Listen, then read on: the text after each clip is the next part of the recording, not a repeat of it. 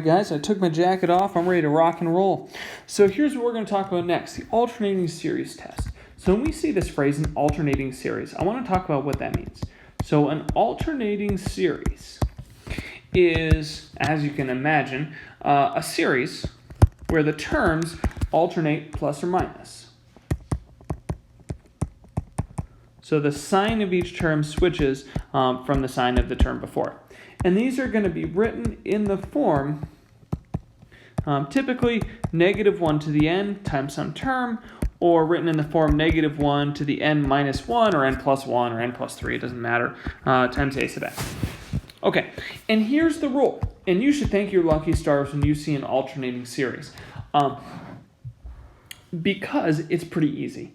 Basically, it just says, if you have a series that follows these three conditions, that if this series alternates,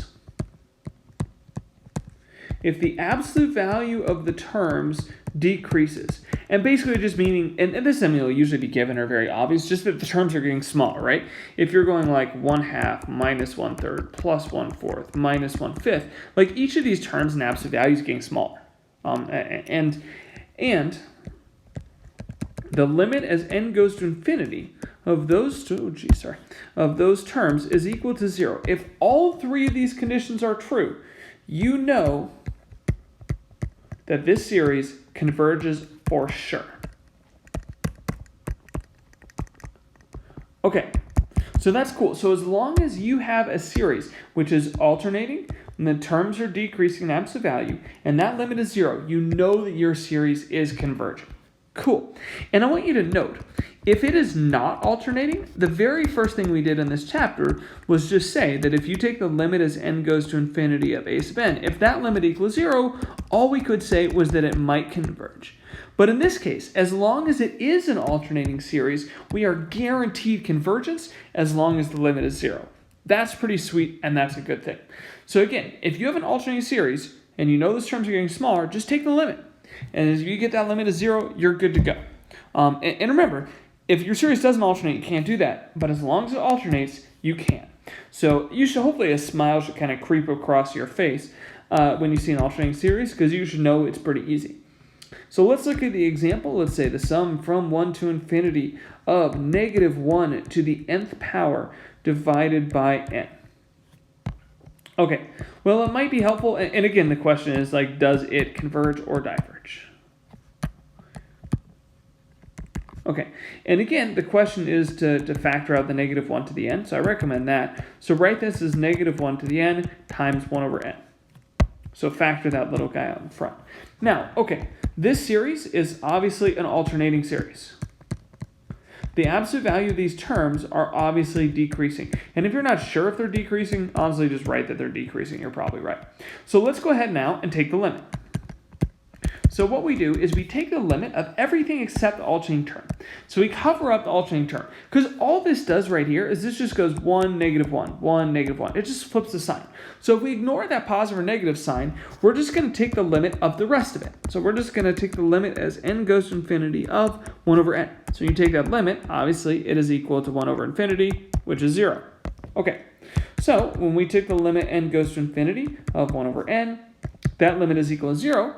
So that tells us that the series of -1 to the n over n converges.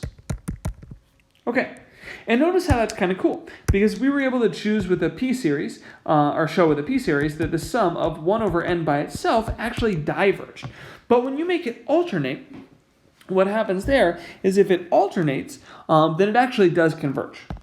So that's kind of cool. This is, by the way, called the alternating harmonic series. It's just a harmonic series with an alternating term in front to change it plus or minus sign. Now, you might be wondering why. Why are you allowed to say that if your series alternates, decreases, and the limit is 0, then it converges?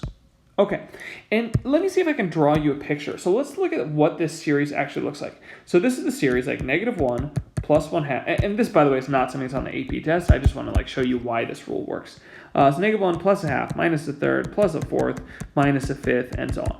So let me just kind of draw you a picture here. So let's say we just start at 0. Here's our starting point. And we start by going backwards 1. So I go -1.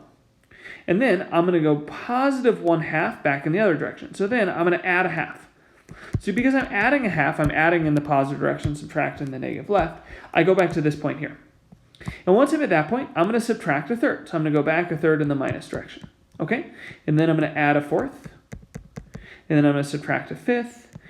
Okay, and do you guys see what's going to happen? Like, I'm never going to break out of this chain, right? I have like this left side and I have this right side. And as I keep going back and forth, I'm just going to kind of get to some point. That sum is going to converge to some point right there. So that's kind of why this works in the sense. You just go back and forth and back and forth and back and forth until you just add up to kind of this one point. And because those terms are getting smaller, because they keep alternating, you're kind of pigeonholed in between these two yellow lines.